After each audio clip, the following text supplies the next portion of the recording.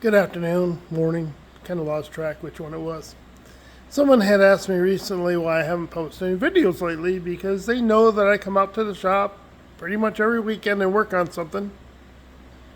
So I thought I'd do another video. I feel like I'm so close to actually being able to get work done. So much of the shop's been cleaned up. You would think I'm not even a hoarder when you come in here. Till you start walking around, then you're like, this guy's got issues. Let me go ahead and do a quick walkthrough so you can see what's happening. Now, I have a full video that I haven't finished editing yet of us assembling the plasma table. This is a 4 foot by 4 foot plasma table with a 40 amp cutter. It is pretty remarkable, and as near as I can tell, pretty easy to use. Look, just turn it on, right? So you can, nope. There we go. Had to turn it on. It comes preloaded. They call it what do they call it? They call it the shape library, right? So go to shape library. All these shapes are pre-programmed. So you select one of them, then you tell it how large you would like it, and it will, you don't have to design it. It's already in there. So you just have to change the parameters, which is much easier. The reason I haven't run this yet is I ordered the fab table anti-corrosion fluid, and it hasn't, well, I haven't seen it. So if it's come in, the kids moved the box or something, but either way, I don't want to run the table until I have it 100% correct. I had to run an air hose to it, but that's easy. The compressor's over there. I'll show you in a second. Let's talk about my metal working area for a moment, right? So I got the fab table. I have a oxygen acetylene torch down there just in case I can't cut it with the table, or I have another plasma torch here as well. So lots of options. Worst case, I guess I can break out a hacksaw, but two different, one plasma table, one plasma torch, and then oxygen acetylene. If you notice here, there are, this is the 40 kilovolt powder coating system. It comes with a gallon hopper, right? So that's awesome. Now I can powder coat. We're going to see a trend here, right? So now I can cut it, clean it, powder coat it. This is actually a smaller gun for little jobs in case I don't want to have to clean out the hopper. The powder actually screws right into it, and you know, real quick, right? It's not as powerful, so if you have something with a lot of shapes or corners, you'd want to use the one that allows you to adjust the amperage better so that you can get better adhesion to the corners and inside, tight inside areas, right? So a lot of this other stuff's going to go away. This is going to be the thing. Everything on this shelf is going to be for metalworking, right? I have a welding blanket up there, just in case sparks fly. Over here, you'll see a small grinder and a wheel. I have a tube roller there. Inside these cabinets are all parts for my 57 Chevy truck that I've been working on for about 2 decades. As you move to the left around my little working triangle, like we're in a kitchen, you get those triangles. Horizontal bandsaw works really well. I have it tucked down here because the stops right there, which is almost in line with the cabinet, so theoretically I can lay the bar stock or metal stock down and cut it, and it's fine right where it's at. Now, the banishing hammer, this is a really cheap banishing hammer, so don't judge me. The banishing hammer is sitting here. I can pull it out if need be, but generally you're not doing it. you're not shaping really large panels. This is just for small pieces. This is a electric bead roller. This is a wonderful piece of equipment. I have a whole series of dies that come with it. Pretty much allows me to put a bead or roll the metal any way I want.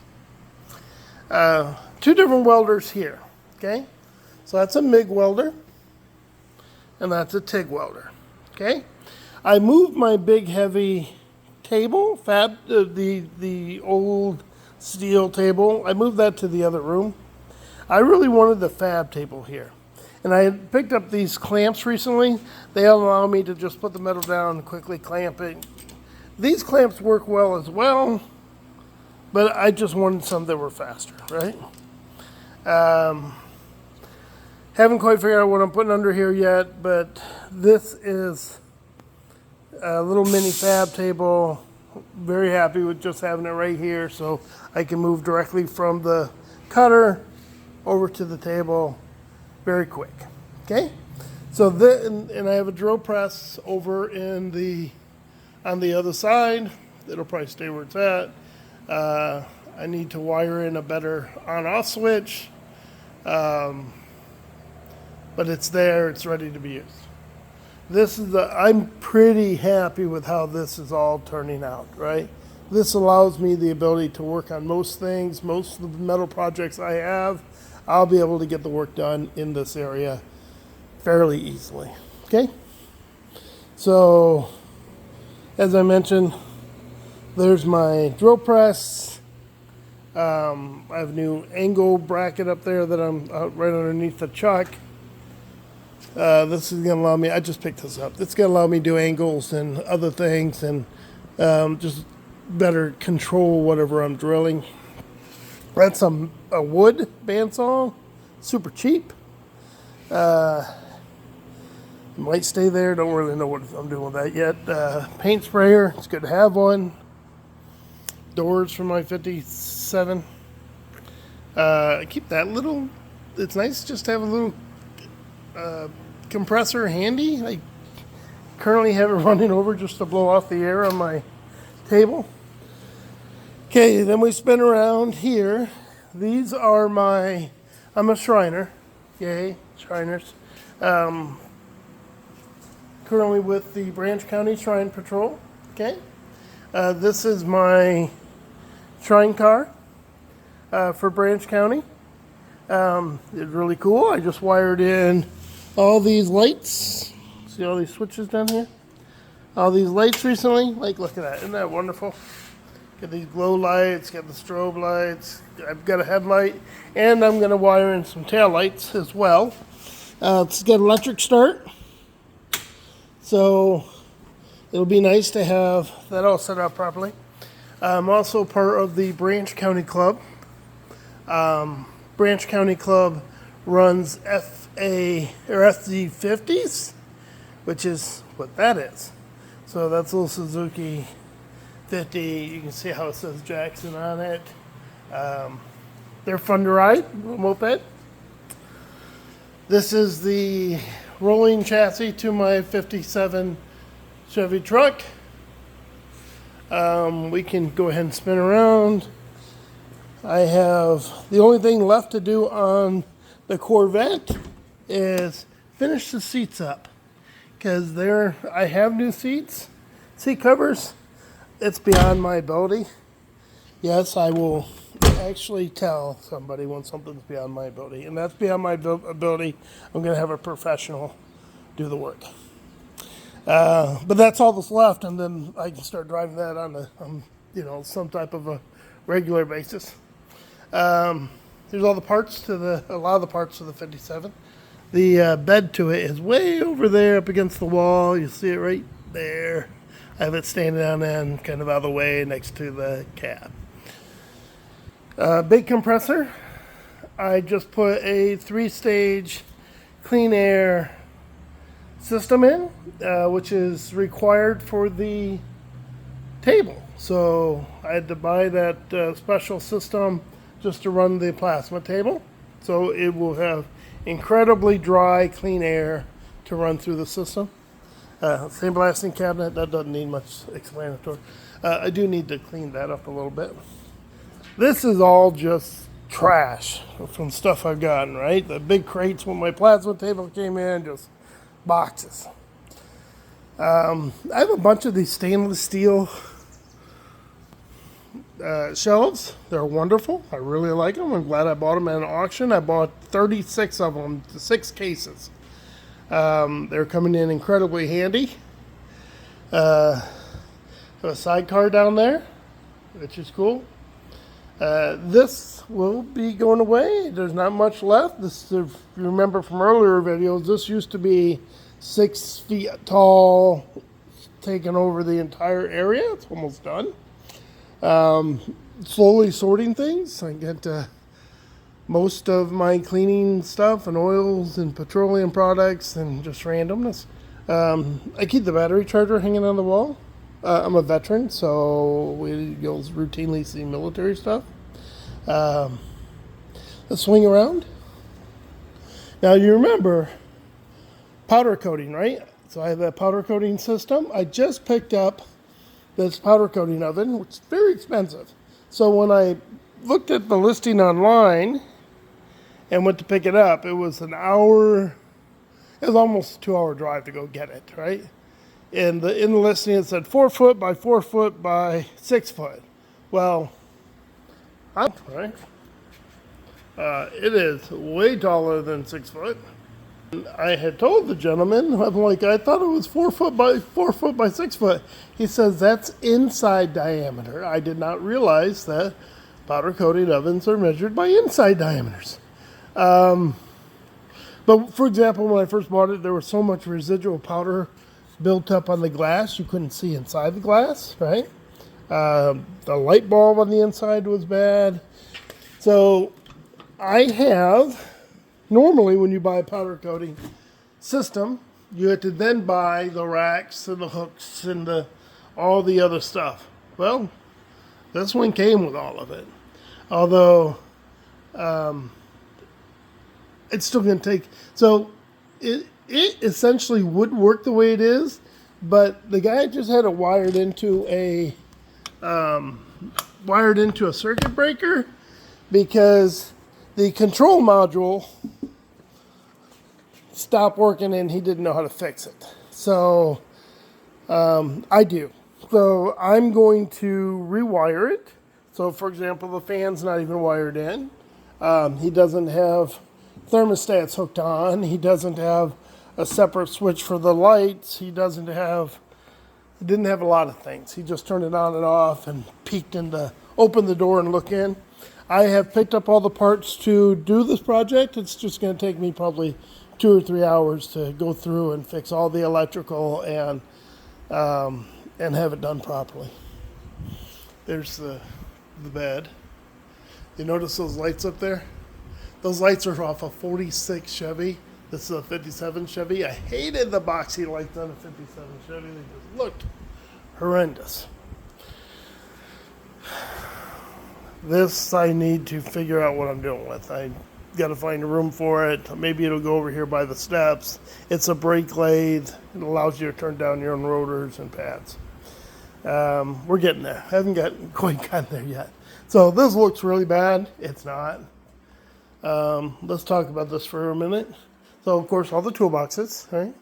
They're quickly getting full. You notice those other toolboxes I had are gone. Really opens it up in here. I moved that earlier today. That was about 300 pounds. Super heavy. Never moving it again. It's going to stay right where it's at. So the toolboxes are all set up. I have them organized. I need to print labels for each of them. Luckily, I have 3D printers, so I can do that. So everything's in good shape. As you can see, well organized. Yes, a lot of pliers.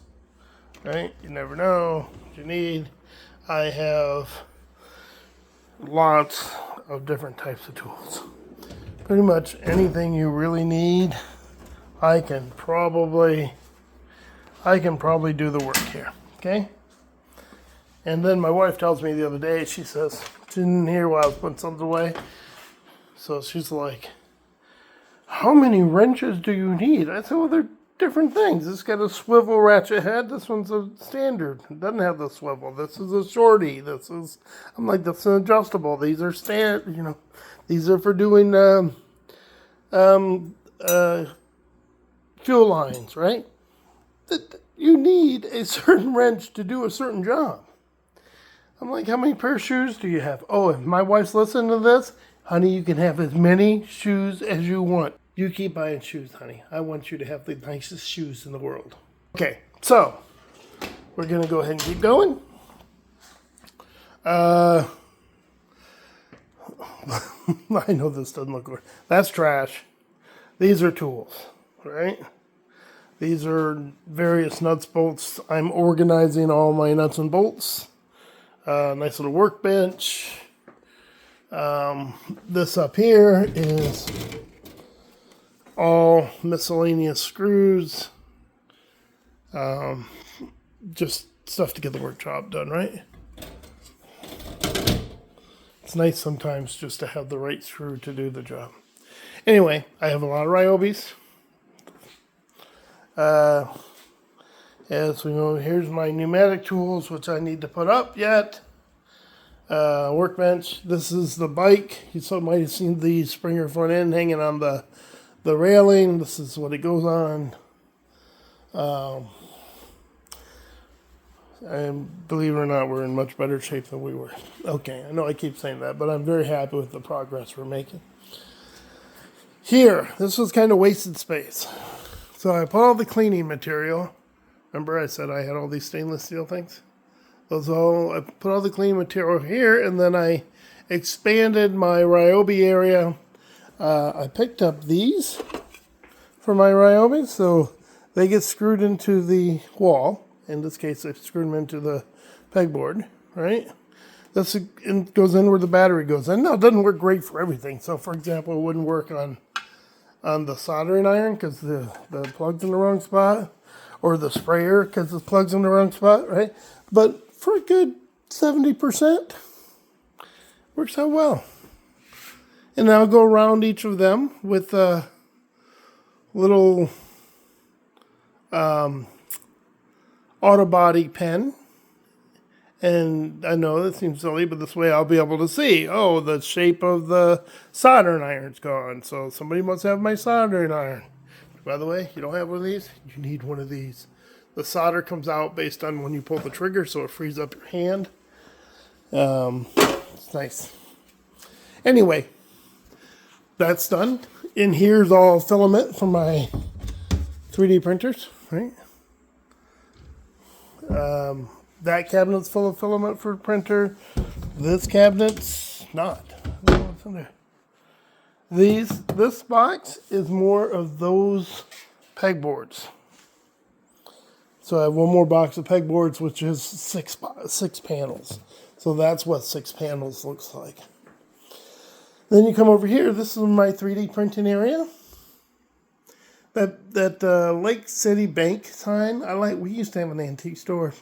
The kids gave that to me right after we adopted them. They saw it at an auction. I liked it. I was busy. Mom bought it and surprised me with it. I'll probably have that forever. Kind of means a lot to me. You know, you have a couple things in your life that probably most people wouldn't understand. That kind of means a lot to me because the kids thought, oh, Dad would like that. So, okay, so in here, bathroom cleaning supplies, okay? And then in here's where I'm going to put, these are all powders, right, for powder coating.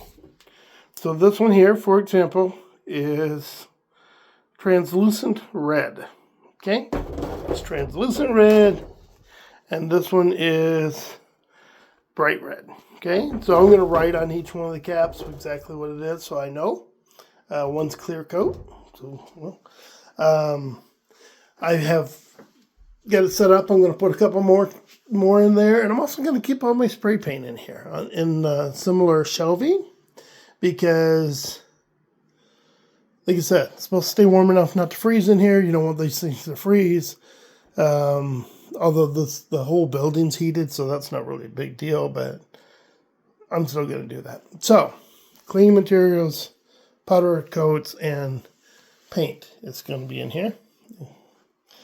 And I was in the middle of doing that a few minutes ago. So, as I said, this is the update on the shop. I'm pretty happy with most of the progress. If you go back and look at some of the early videos, you would just basically go, where did he put everything? Everything's, it's starting to be organized. Might not look organized yet, but trust me, this is getting to a point where I'm nearly done. Then I can actually start just doing some work. Hey, I appreciate everybody swinging in and watching my videos. You never know what I'm going to do on any given day. I love working out in the shop. I love doing barbecue. I enjoy doing carpentry work, not as much as metal work. Like doing yard work. Don't have many pictures of yard work or videos of yard work because I think it's boring. Who wants to watch me do that stuff?